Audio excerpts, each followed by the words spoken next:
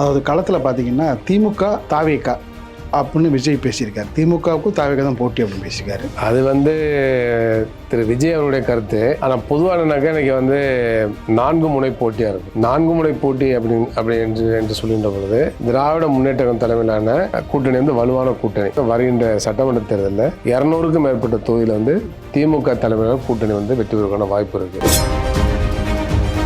பல இடங்களில் இப்போ ஒரு 6-7 தொகுதியில டெபாசிட்டே காலியாச்சு. அதிமுக வரலாறு காணாத தோல்வியை சந்திச்சாங்க. என்ன காரணம்? தலைமை மேல நம்பிக்கை இல்லைங்கிறது ஒண்ணு. அதுக்கடுத்து நான் ஏற்கனவே திரும்ப சொல்ற மாதிரி அதிமுக பல அணியில பிரிஞ்சு போனதுதான். திமுக பிஜேபியோட கூட்டணி வச்சிருக்கலாம் சொல்லி ஒரு தவறான பிரச்சாரத்தை, உண்மைக்கு மாறான பிரச்சாரத்தை விஜய் செய்தார். ஆனா இன்னைக்கு யார் மறைமுகமான கூட்டணி வச்சிருக்கா அப்படின்னு மக்கள் நம்புறாங்கனாக்க டிவிகேக்கும் பிஜேபி இடையில மறைமுகமான கூட்டணி இருக்கு. RSS தான் டிவிகே இயக்குது அப்படிங்கிறது இன்னைக்கு பல விஷயங்கள் வெளியில வந்துட்டு இருக்கு.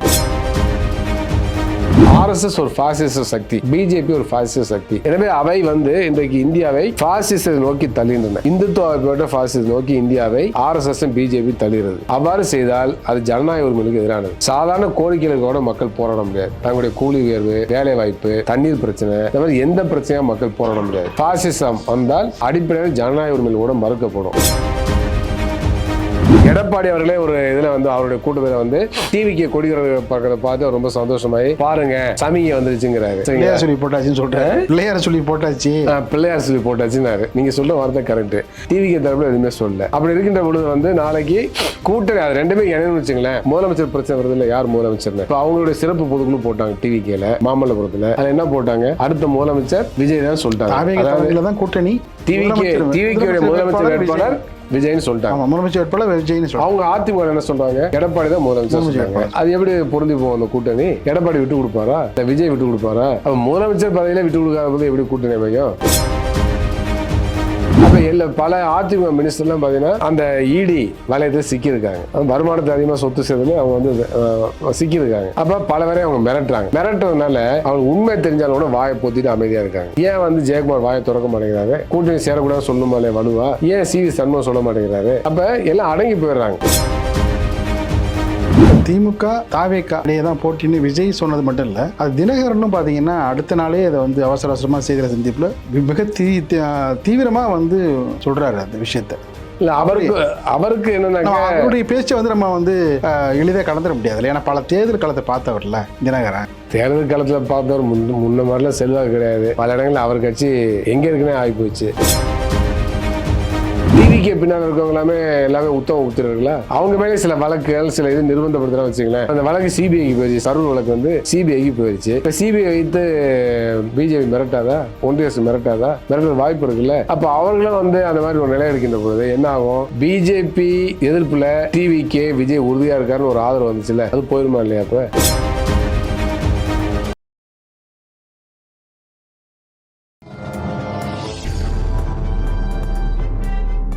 பத்திரிகை.com நேயர்களுக்கு இனிய வணக்கம். பரபரப்பான அரசு சூழலில் நம்மோடு இணைந்திருப்பவர் இந்திய கம்யூனிஸ்ட் கட்சியின் மாநில செயற்குழு உறுப்பினர் மருத்துவர் ரவீந்திரநாத் அவர்கள். வணக்கம் சார். வணக்கம். நல்லா இருக்கீங்களா சார்? நல்லா இருக்கு.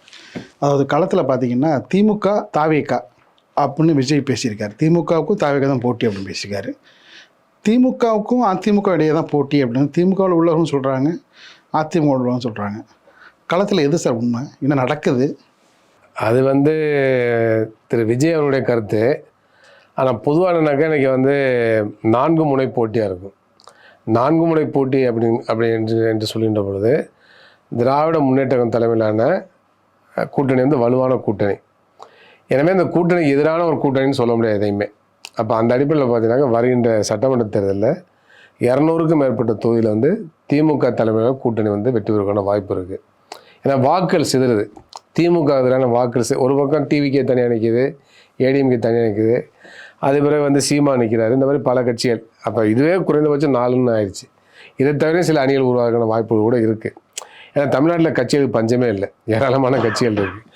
அவ்வாறு இருக்கின்ற பொழுது மக்களுக்கு திமுக மேலே ஒரு அதிருப்தி ஏற்படுமையானால் அந்த அதிருப்தி வாக்கு பல கட்சிகள் புரிய வாய்ப்பு இருக்குது.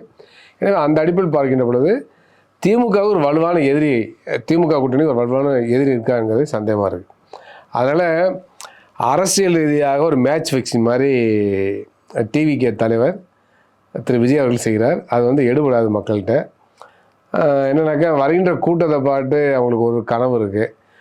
அந்த கூட்டமும் வந்து பார்த்தீங்கன்னாக்கா தமிழ்நாடு முழுவதும் ஒவ்வொரு நிகழ்ச்சியிலும் தமிழ்நாடு முழுவதும் கூட்டத்தை அவங்க திரட்டுறாங்க. அப்போ அந்த அடிப்படையில் தான் பார்க்க வேண்டியது இருக்கிறது இல்லையே. மற்றபடி வந்து அவர் சொல்ல மாதிரி டிஎம்கேக்கும் டிவிகேக்கும் கூட்டம் வந்து தான் பிரதானமான போட்டியே வந்து திமுகவுக்கும் சொல்றது இல்லை, அது தவறான கருத்து. உண்மைக்கு மாறான யதார்த்தத்துக்கு மாறான கருத்து. அதே மாதிரி அதிமுகவுக்கும் திமுகவுக்கும் போட்டி அப்படிங்கிறத விட நம்ம எடுத்துக்க முடியாது. ஏன்னா அதிமுக வந்து பல அணிகளை சிதறி போயிருக்கு. இல்லை சார், அதிமுக வந்து உடஞ்சி போயிருக்கு. திமுக அவங்களும் என்ன சொல்றாங்க, இந்த போட்டியே வந்து திமுக அதிமுக தான் வந்து அவங்க சொல்றாங்க. இப்போ நீங்க சொல்றது எப்படி சார்? அப்போ அவங்க அது அவங்களும் சொல்ல, இது என்னுடைய கருத்து, எங்கள் கட்சியுடைய கருத்து. ஏன்னா அதிமுக வந்து திமுகவுக்கு போட்டி எனக்கு இல்லை. ஏன் இல்லைன்னு சொல்லணும்னா, ஜெயலலிதா காலத்தில் இருந்து அதிமுக கிடையாது. அதிமுக வந்து பல அணிகளை பிரிஞ்சு போயிடுச்சு.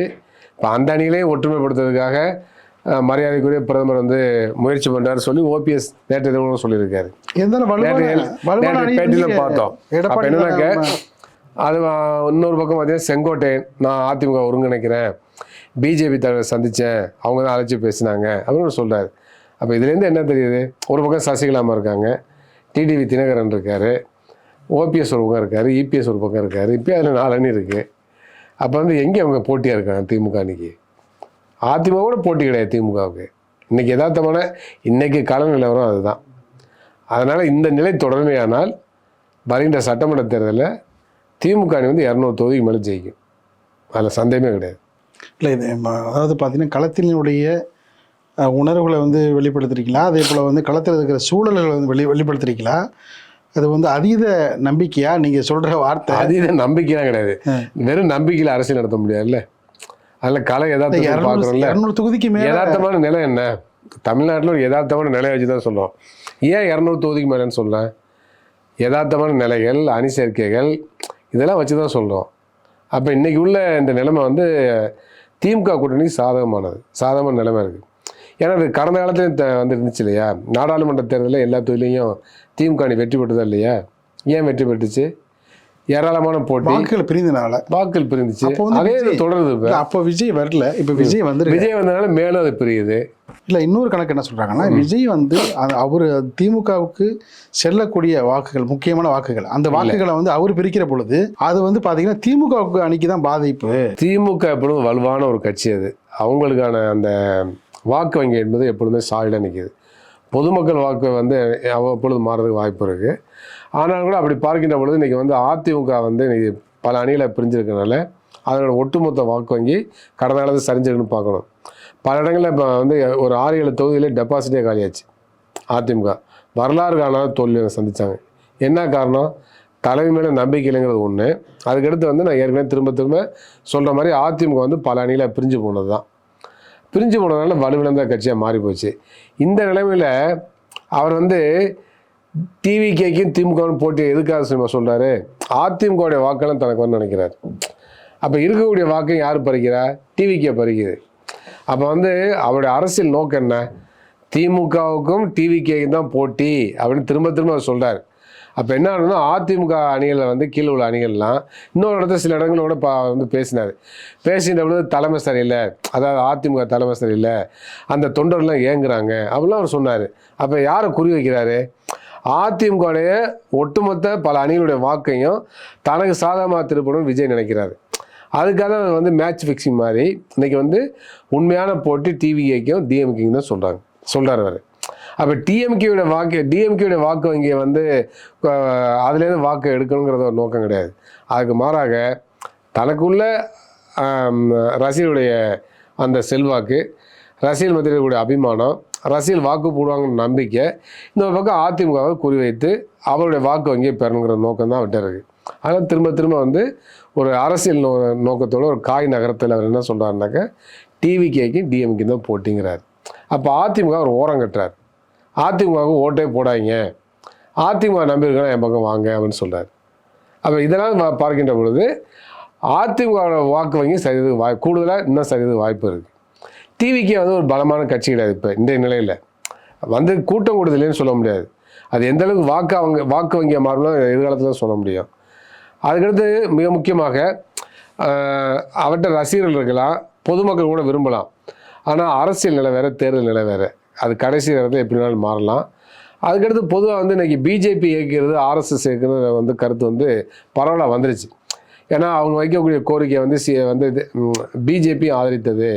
தமிழ்நாடு பிஜேபி தலைவர்கள்லாம் வந்து பார்த்தீங்கன்னாக்க விஜய்க்கு சாதகமாலாம் செயல்பட்டாங்களா அண்மை காலங்களும் பார்க்க வேண்டிய அவசியம் இருக்குது. அவர் வந்து திரும்ப திரும்ப மறைமுகமாக திமுக வந்து பிஜேபியோட கூட்டணி வச்சிருக்கலாம் சொல்லி ஒரு தவறான பிரச்சாரத்தை, உண்மைக்கு மாறான பிரச்சாரத்தை விஜய் செய்தார். ஆனால் இன்றைக்கி யார் மறைமுகமான கூட்டணி வச்சுருக்கா அப்படின்னு மக்கள் நம்புகிறாங்கனாக்க டிவிகேக்கும் பிஜேபி இடையில் மறைமுகமான கூட்டணி இருக்குது. ஆர்எஸ்எஸ் தான் டிவிகே இயக்குது அப்படிங்கிறது வந்து இன்றைக்கி பல விஷயங்கள் வெளியில் வந்துட்டு இருக்கு. அப்போ அதெல்லாம் பார்க்கின்ற பொழுது ஏற்கனவே ஆரம்பத்தில் இருந்த செல்வாக்கு கூட டிவிகே குறையிறதுக்கு வாய்ப்பு இருக்குது. ஏன்னா அவர் வந்து ஆரம்பத்தில் வந்து என்னுடைய கொள்கை எதிரி பிஜேபின்னு சொன்னார். அப்போ கொள்கை எதிரி பிஜேபின்னா யார் கொள்கை எதிரியோ அவங்களுக்கு தான் போட்டி போடணும், அவங்க தான் முதல் எதிரி. இவங்களை வந்து அரசியல் எதிரின்னு சொல்கிறாரு. அரசியல் எதிரியா கொள்கை எதிரியா? கொள்கை எதிரி தான் அரசியல் எதிரியாக இருக்க முடியும். இப்போ நாங்கள் கம்யூனிஸ்ட் வச்சுருக்கோம்னாக்க எங்களுடைய கொள்கை எதிரி யார் இந்தியாவில்? பிஜேபி தான், ஆர்எஸ்எஸ் தான். அப்போ எங்களுடைய காய்கறத்தில் அரசியல் யாரை நோக்கி இருக்குது? பிஜேபி நோக்கி தானே இருக்குது, ஆர்எஸ்எஸ் நோக்கி தானே இருக்குது. அப்போ அதற்கேற்ப தானே நாங்கள் அரசியல் அணி சேர்க்க வைக்கிறோம். அப்போ வந்து அதற்கேற்ப தானே இந்தியாவில் மதச்சார்பற்ற ஜனநாயக இடதுசாரி சக்தியுடைய அணி சேர்க்கையை வலுப்படுத்தணும்னு சொல்கிறோம், பலப்படுத்தணும்னு சொல்கிறோம், ஒரு பரந்துபட்ட அணி சேர்க்கை உருவாக்கணும்னு சொல்கிறோம். ஏன்? அந்த கொள்கை மோசமானது. அப்போ டிவிகே தலைவர் விஜய் அவர்கள் எங்களுடைய கொள்கை எதிரி பிஜேபின்னு சொல்கிறாரு. ஆனால் அதே சமயத்தில் அவங்களோட சாஃப்ட் கார்னராக இருந்தாருனாக்க இப்படி மக்கள் நம்புவாங்க. அப்போ இங்கே வந்து பிரச்சனை வருது. அதனால தான் வந்து ஏற்கனவே அவர் கட்சி துவங்குற பொழுது இருந்த அபிமானம் கூட நம்பிக்கை கூட இப்போ அவங்க அணியிலே இல்லைங்கிறதா யதார்த்தமான உண்மை. பிஜேபியை வந்து எதிரியாக பார்த்தாரு, அவர் வந்து கொள்கை எதிரியாக சொன்னார், இப்போ பிஜேபியோட அவர் வந்து நெருக்கம் காண்பிக்கிறாரு என்ற கருத்து மக்கள் மத்தியில் வந்துருச்சு. அப்போ அந்த அடிப்படையில் பார்க்கின்ற பொழுது வருகின்ற சட்டமன்ற தேர்தலில் கண்ணு கெட்டிய தூரம் வரை திமுக அணிக்கு எதிரியே இல்லைங்கிறதான் என்னுடைய கருத்து. இப்போ ஒவ்வொரு மாநிலத்திலையும் வந்து பார்த்தீங்கன்னா இடதுசாரியுடைய கூட்டணி நிலைப்பாடு மாறிக்கிட்டு தான் இருக்குது. ஒவ்வொரு மாநிலத்துக்கு வந்து மாறிக்கிட்டு இருக்கு, வேறுபடுது, மாறுது. தமிழ்நாட்டில் வந்து ஒரு நிலைப்பாடு, கேரளாவில் ஒரு நிலைப்பாடு. அப்படிங்கிற பொழுது பார்த்தீங்கன்னா விஜய் எப்படி நீங்கள் வந்து குறைத்து பார்க்குறீங்களோ அந்த பார்வை வந்து உங்கள் மீது வந்து படும்ல. இல்லை, விஜய் நான் குறைத்து பார்க்கல, விஜய் குறைத்துலாம் பார்க்கல. விஜய் கட்சியுடைய யதார்த்தமான நிலைமை அதுதான், நிலைமையை சொல்கிறோம். பின்னால் அவர் வளர்ந்தாருன்னா நம்ம வந்து அதை யதார்த்த சொல்ல மதிப்பீடு செய்கின்ற பொழுது எங்களுடைய கருத்து கூட மாறலாம். இன்றைக்கு கூட கருத்தை தான் சொல்லவும் மதிப்பீட்டை தான் சொல்ல முடியும். அதுக்காக விஜய் வந்துட்டார் அப்படிங்கிறதுக்காக விஜய்க்காக நம்ம வந்து பெரிய கட்சி பிரமாண்டமான கட்சின்னு சொல்ல முடியாது. யதார்த்தமான உண்மை என்னவோ சொல்ல முடியும். நீங்கள் சொல்கிற மாதிரி பல்வேறு இந்தியாவில் வந்து தேசிய கட்சிகள் மட்டும் இல்லை, மாநில கட்சிகள் இருக்குது. ஒவ்வொரு மாநிலத்துடைய அரசியல் நிலைமை வேறு. அந்தந்த மாநிலங்களுடைய மக்கள், அந்தந்த தேசியனங்கள் தங்களுடைய கோரிக்கைகளுக்காக போராடக்கூடிய கட்சிகளை ஆதரிக்கிறாங்க. அப்போ அந்த மாநில மக்களுடைய கோரிக்கைகளை வென்றெடுப்பதற்காக பல்வேறு அரசியல் கட்சிகள் உருவாகிருக்கின்றன. அவ்வாறு இருக்கின்ற பொழுது எங்களை பொறுத்தவரையில் ஆல் இண்டியா லெவலில் ஒரே மாதிரியான அலையன்ஸ் என்று வைக்க முடியாது, கூட்டணி வைக்க முடியாது, தொகுதி உடன்பாடு காண முடியாது. ஏன்னு சொன்னால் எங்களுடைய பிரதான நோக்கம், இன்றைய நோக்கம் என்னன்னாக்க இந்தியாவில் இன்றைக்கு ஒரு இந்துத்துவ வகைப்பட்ட ஃபாசிச வருவதற்கான ஆபத்து இருக்குது. இந்துத்துவ ஃபாசிசம் இந்தியாவில் வருவதற்கு வாய்ப்பு இருக்குது. ஆர்எஸ்எஸ் பிஜேபி என்பது ஒரு மதவாத அமைப்பு, மதவெறி அமைப்பு. ஆர்எஸ்எஸ் ஒரு ஃபாசிச சக்தி, பிஜேபி ஒரு ஃபாசிச சக்தி. எனவே அவை வந்து இன்றைக்கு இந்தியாவை ஃபாசிசத்தை நோக்கி தள்ளுகின்றன. இந்துத்துவ அமைப்போட ஃபாசிசத்தை நோக்கி இந்தியாவை ஆர்எஸ்எஸும் பிஜேபி தள்ளுகிறது. அவ்வாறு செய்தால் அது ஜனநாயக உரிமைகளுக்கு எதிரானது.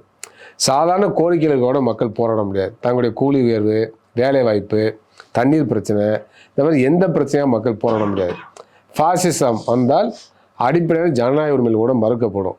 எனவே மிகப்பெரிய ஆபத்து. எனவே இந்தியாவில் ஒரு ஃபாசிச அபாயம் வரக்கூடாது, ஃபாசிசம் வந்துவிடக்கூடாது என்பதற்காக தான் நாங்கள் வந்து பிரதானமாக மோடி அரசாங்கத்தை ஆட்சியை விட்டு அகற்ற வேண்டும், பிஜேபி ஒன்றிய அரசுலேருந்து அகற்ற வேண்டும் நோக்கத்தோடு நாங்கள் செயல்படுறோம். அந்த எங்களுடைய சண்டிகரில் இன்னைக்கு அண்மையிலே எங்களுடைய கட்சியுடைய 25வது அகில இந்திய மாநாடு பேராயம் நடைபெற்றது. அந்த பேராயத்தினோட எங்களுடைய முக்கியமான தீர்மானம் என்னன்னாக்க மோடி ஆட்சியை விட்டு அகற்றுவது என்பதுதான். எனவே அதற்கேற்ப அணி சேர்க்கையை நாடு முழுவதும் உருவாக்கணுங்கிற அடிப்படையில் நாங்கள் செயல்படுறோம். அப்போ அந்த அடிப்படையில் தமிழ்நாட்டில் பிஜேபி எதிர்க்கக்கூடிய வலுவான சக்தியாக, உறுதியான சக்தியாக திமுக இருக்குது. அந்த கூட்டணி வலுவாக இருக்குது. எனவே அந்த கூட்டணி வலுப்படுத்தணும்னு சொல்கிறோம். ஆனால் இதே கேரளா பார்க்கிற பொழுது கேரளாவில் நாங்களே எதிர்கொள்ள முடியும். பிஜேபி எதிர்க்கிறது அங்கே காங்கிரஸ் எங்களை அவசியப்படலை. அந்த அடிப்படையில் நாங்கள் வந்து பிஜேபியை தனியாக அங்கே எதிர்க்க முடியும். அதே சமயத்தில் எங்களுக்கு வந்து எங்களுடைய தளம் அது பிஜேபியுடைய மோடி ஆட்சியை விட்டு அகற்ற வேண்டும். அதே சமயத்தில் ஒரு மாற்று அரசு உருவாக வேண்டும். அந்த மாற்று அரசு உருவாகின்ற பொழுது நாடாளுமன்றத்தில் வலுவாக இடதுசாரிகளும் வலுவாக இருக்கணும். அதில் வந்து இந்திய கம்யூனிஸ்ட் கட்சியுடைய நாடாளுமன்ற உறுப்பினர்கள் அதிகமாக இருக்கணும், இடதுசாரி உறுப்பினர் அதிகமாக இருக்கணும். அவ்வாறு இருந்தால்தான் நம்ம வந்து மாற்று அரசாங்கத்தை உருவாக்குவது மட்டுமல்லாமல் சாதாரண உழைக்கும் மக்களுடைய கோரிக்கைகள் நிறைவேற்ற முடியும்.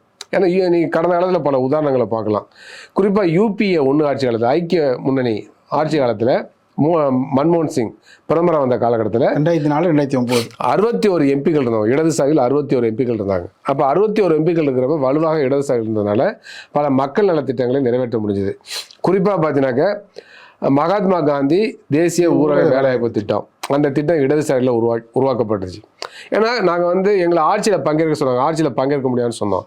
அது மாதிரி என்ன சொன்னோம், நம்ம ஒரு காமன் மினிமம் ப்ரோக்ராம், ஒரு குறைந்தபட்ச செயல் திட்டத்தை உருவாக்கலாம், அந்த அடிப்படையில் ஆட்சி நீங்கள் நடத்தணும், அப்போ அந்த அடிப்படையில் திட்டத்தை நிறைவேற்றணும்னு சொல்லி நாங்கள் வந்து ஒரு குறைந்தபட்ச திட்டத்தை உருவாக்கி உண்டு அந்த அடிப்படையில் ஆதரித்தோம். அந்த அடிப்படையில் குறைந்தபட்ச திட்டத்தில் வந்து நாங்கள் இதையெல்லாம் வைத்திருந்தோம். என்னன்னாக்க ஒரு கிராமப்புற அளவில் வேலைவாய்ப்பை உருவாக்கணும், அதுக்கு உத்தரவாதமான ஒரு சட்டம் வேணும், உத்தரவாதப்படுத்த சட்டம் வேணும்னு சொன்னோம். அப்போ அந்த அடிப்படையில் தான் மகாத்மா காந்தி தேசிய கிராமப்புற ஊரக வேலைவாய்ப்பு திட்டம்னு கொண்டு வந்தோம். அது இன்றைக்கு வந்து கிராமப்புற வறுமையை போக்குவதற்கு மிகப்பெரிய உதவி செஞ்சிருக்கு. ஒரு 100 நாளாச்சும் வேலை கிடைக்குது, அது 300 ரூபா 400 ரூபா சம்பளம் வாங்குறாங்க, அது நடைமுறைப்படுத்த. ஆனால் இன்றைக்கு வந்து நாங்கள் 200 நாள் கொடுக்கணும்னு சொல்கிறோம். அந்த மினிமம் வேஜுங்கிறத வந்து 800 ரூபா கொடுக்கணும்னு சொல்கிறோம். அப்போ இது வந்து கிராமப்புற மக்களுக்கு இன்னும் கூடுதலாக உதவிகரமாக இருக்கும். அப்போ கிராமப்புற வறுமை இன்னும் போக்க முடியும். அந்த கோரிக்கை நாங்கள் வச்சுட்டு இருக்கிறோம். அப்போ இது எதுக்காக சொல்கிறேன்னாக்க, அப்போ அன்றைக்கு இடதுசாரிகள் வலுவாக இருந்ததுனால அதை கொண்டு வந்தோம். அதுக்கடுத்து ரைட் டு இன்ஃபர்மேஷன் ஆக்டை கொண்டு வந்தோம். இந்த மாதிரி ஏராளமான சட்டங்கள் நாங்கள் கொண்டு வர முடிந்தது. அதுமாதிரி பொதுத்துறை நிறுவனங்களே தனியாருக்கு கொடுக்கணும், பங்குகளை வந்து விற்கணும் என்று முயற்சி செய்யப்படும். அதை கடமை நாங்கள் எடுத்து அதெல்லாம் தடுத்து நிறுத்தியிருக்கோம். எல்ஐசியாக இருக்கட்டும், இல்லை மற்ற பொதுத்துறை நிறுவனங்களாக இருக்கட்டும், அந்த பங்குகளெல்லாம் தனியாருக்கு விற்க வேண்டும்னு சொல்லி மன்மோகன் சிங் அரசாங்கம் எடுத்த அனைத்து முடிவுகளையும் நாங்கள் தடுத்து நிறுத்தியிருக்கோம். இடதுசாரிகள் வலுவாக நாடாளுமன்றத்தில் இருக்க வேண்டும், எங்களுடைய எண்ணிக்கை அதிகரிக்க வேண்டும், இந்திய கம்யூனிஸ்ட் எண்ணிக்கையை அதிகரிக்க வேண்டும், அதே சமயத்தில் பிஜேபி ஆட்சியை அகற்ற வேண்டும், ஒரு மதச்சார்பற்ற அரசாங்கத்தை உருவாக்க வேண்டும். எனவே இந்த நோக்கத்தோடு தான் நாங்கள் வந்து தேர்தல் உடன்பாடுகளில் ஒவ்வொரு மாநிலத்தையும் உருவாக்குறோம்.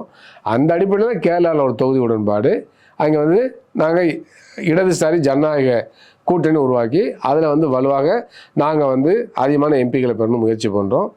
தமிழ்நாட்டை பொறுத்தவரையில் திமுக தலைமையில் கூட்டணி இடம்பெற்று நாங்கள் வந்து அனைத்து தொகுதியிலும் இந்த கூட்டணி வெற்றி பெற வேண்டும் என்று நாங்கள் நினைக்கிறோம்.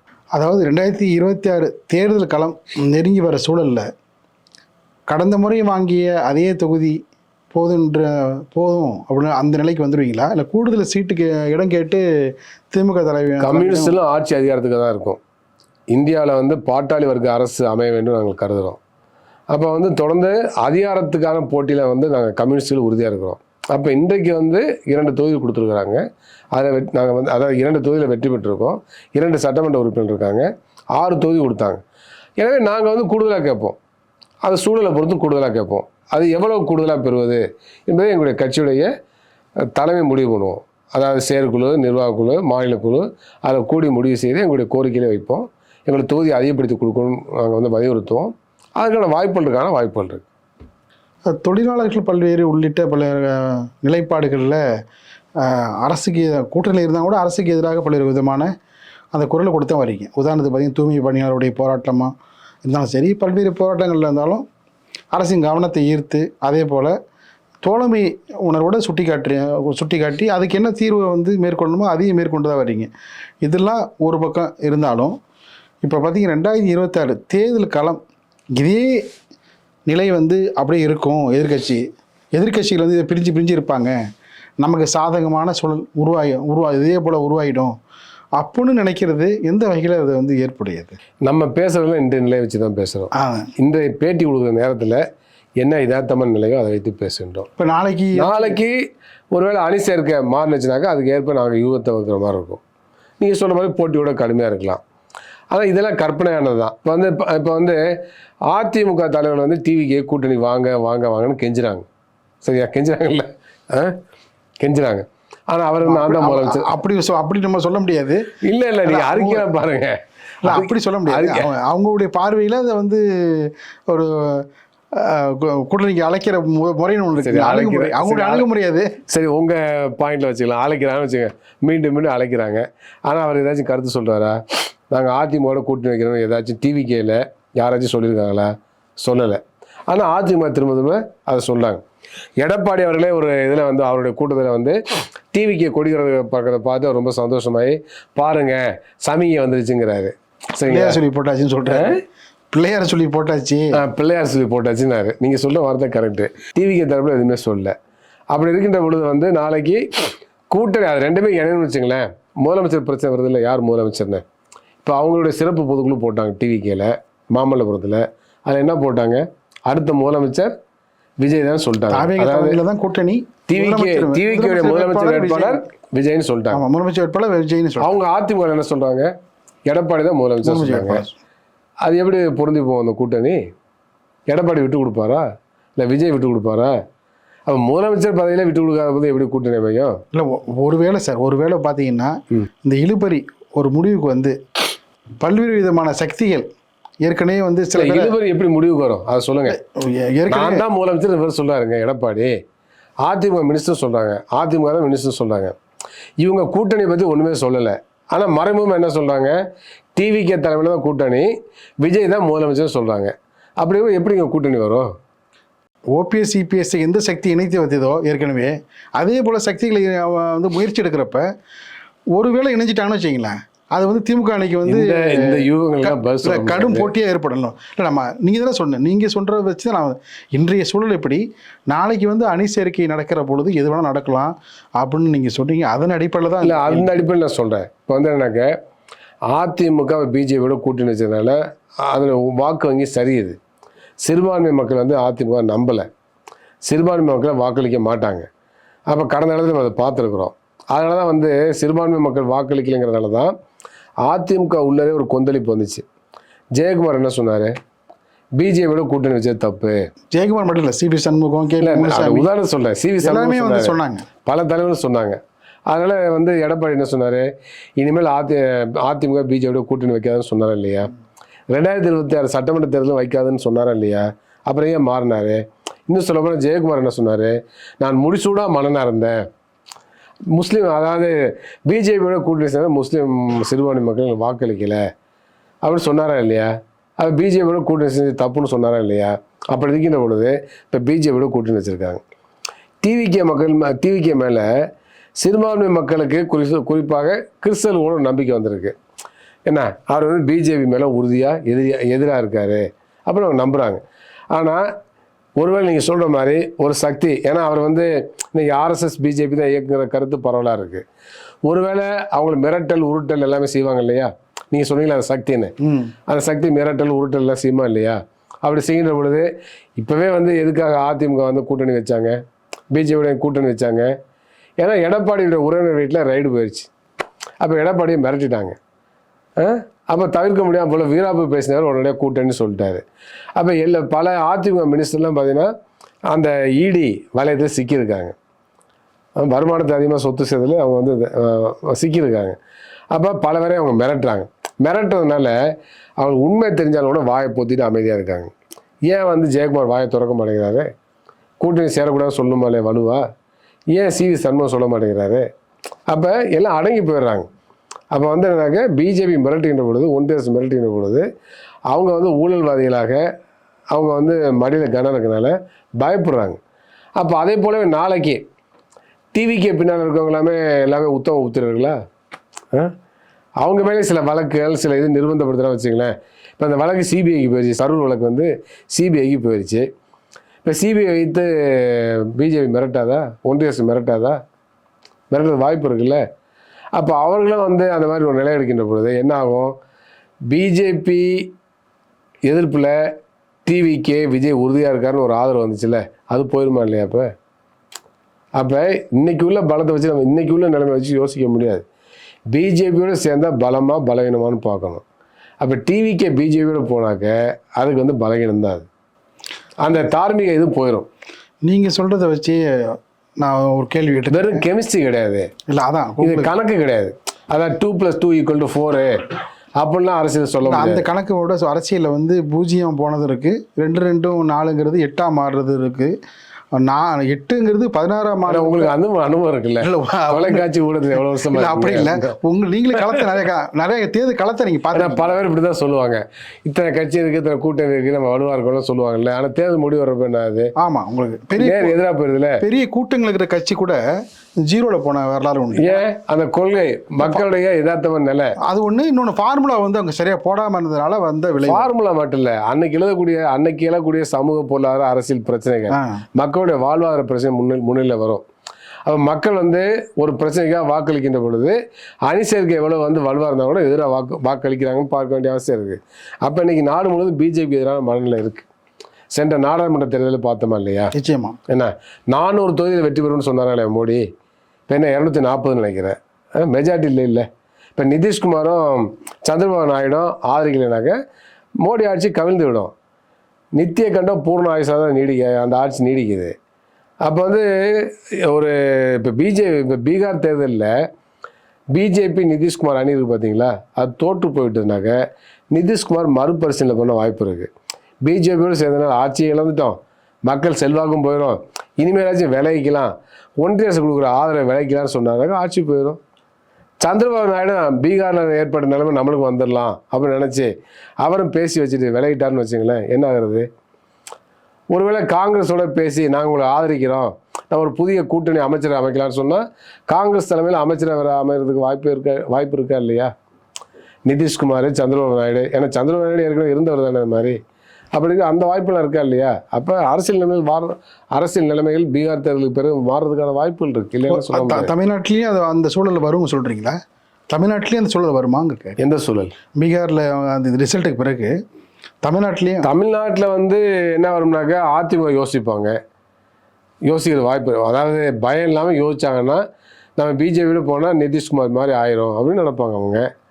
அது இந்த ஊசலாட்டத்துக்கு பார்த்தீங்களா, டிவிக்கு உள்ள சில சக்திகளுக்கு அதுக்கு ஒரு முற்றுப்புள்ளி வரும், நம்ம பிஜேபியோட போகக்கூடாது. ஒருவேளை சார் அதே போல் வந்து பிஜேபியிலேருந்து சப்போஸ் அதிமுக விலகி வந்துட்டாங்கன்னா இப்போ அதிமுக மீது இருக்கிற நம்பகத்தன்மை இருக்குல்ல, அது வந்து அடிபட்டு போயிடும்ல? இல்லை, அது ஏன்? ஆமாம், ஒரு பக்கம் பிஜேபிக்கிட்டேருந்து அந்த பிஜேபி வந்து அதிமுக நம்புறது வந்து மிகப்பெரிய அளவுக்கு பாதிக்கும். அடிக்கடி நிலைமை மாற்றிக்கிறாங்க அப்படின்ற மாதிரி நம்பகத்தன்மை போயிடும். நம்ம பிஜேபி கிட்ட அதிமுக நம்பகத்தன்மை போயிடும். ஆனால் அதே சமயத்தில் மக்களும் அதிமுக உடனே நம்ப மாட்டாங்க. சரி, பிஜேபி விலகி வந்துட்டாங்க, இப்போ உறுதியாக இருப்பாங்க அப்படின்னு சொல்லி சிறுபான்மை மக்களும் அப்படியே அதிமுக ஆதரிச்சிட மாட்டாங்க. ஏன்னா ஏற்கனவே சந்தர்ப்ப நிலை அவங்க எடுத்தாங்க. பிஜேபியோட கூட்டணி இல்லைன்னு சொன்னாங்க, அப்புறம் கூட்டணி சேர்ந்தார்கள் எடப்பாடி. அப்புறம் நாளைக்கு தேர்தலில் வெற்றி பெற்ற பிறகு அவர் வந்து பிஜேபியோட போயிடுவாருன்னு மக்கள் நினைப்பாங்களா இல்லையா? அப்போ பிஜேபி ஓட்டு போடுறது ஒன்று தான், அதிமுக ஓட்டு போடுறது ஒன்று தான் நினைப்பாங்களா இல்லையா? அப்போ அந்த அடிப்படையில் மக்களுடைய நம்பகத்தன்மையும் போயிடுமா இல்லையா? அப்போ அதெல்லாம் இருக்குது. அதனால் எந்த வகையில் பார்த்தாலும் அதிமுக மீது உடனடியாக நம்பிக்கை வர்றது வாய்ப்பே கிடையாது. ஏன்னா அவங்க எடுத்த சந்தர்ப்ப நிலை, பிஜேபியோட கூட்டணி என்ற முடிவு, இதெல்லாம் காரணம். இப்போ திமுக தாவேகா இடையே தான் போட்டின்னு விஜய் சொன்னது மட்டும் இல்லை, அது தினகரனும் பார்த்தீங்கன்னா அடுத்த நாளே அதை வந்து அவசரமாக செய்தியில் சந்திப்பில் மிக தீவிரமாக வந்து ஓங்கி உழைக்கிய சொல்கிறாரு அந்த விஷயத்த. இல்லை, அவருக்கு என்னன்னா அவருடைய பேச்சை வந்து நம்ம வந்து எளிதாக கடந்துட முடியாது இல்லை, ஏன்னா பல தேர்தல் காலத்தை பார்த்தவர்ல தினகரன். தேர்தல் காலத்தில் பார்த்தவர் முன்ன மாதிரிலாம் செல்வாக்கு கிடையாது. பல இடங்களில் அவர் கட்சி எங்கே இருக்குன்னே ஆகிப்போச்சு. சரிங்களா? அது யதார்த்தமான நிலைமை அது. அப்போ வந்து என்னன்னாக்க எடப்பாடிக்கிட்ட அவர் நான் சொல்கிற மாதிரி, இப்படி நான் சொல்கிறத வருத்தப்பட கெஞ்சி பார்த்தாங்க, மிரட்டி பார்த்தாங்க, எவ்வளோ சொல்லி பார்த்தாங்க, கேட்கல. எடப்பாடி இணைச்சிக்கல. சரிங்களா? அப்போ அரசியல் மிகப்பெரிய அளவுக்கு வலுவிழந்து போயிருக்கிறாங்க. அப்போ அப்படிப்பட்ட சூழல் அவர் என்ன நினைக்கிறாரு, டிவிக்கு அதிமுக கூட்டணி வந்துடுமோ அப்படின்னு அவர் வந்து அது உருவாகாமல் பார்த்துக்கிறாரு. அந்த வேலையை பார்க்குறாரு, அந்த வேலையை கரெக்டாக பார்க்குறாரு. அதுக்கப்புறம் நினைக்கிறாரு டிவிக்கு வந்து ஒரு வலுவான அணியாக உருவாகி அதில் நம்ம வந்து கூட்டணி சேர்ந்தால் நம்ம கணிசமாக வெற்றி பெறலாம்னு நினைக்கிறாரு. டிவிக்கோட கூட்டணி செல்லான்னு அவர் மனநில் இருக்கும் போல தெரிகிறது அவர் பேசுகிறதெல்லாம் பார்த்தா. அப்போ அந்த அடிப்பில் வந்து என்ன நினைக்கிறாரு, இப்போ பிரதானமான போட்டி வந்து டிவிக்கும் திமுகவுக்கு தான் அவர் சொல்கிறார்.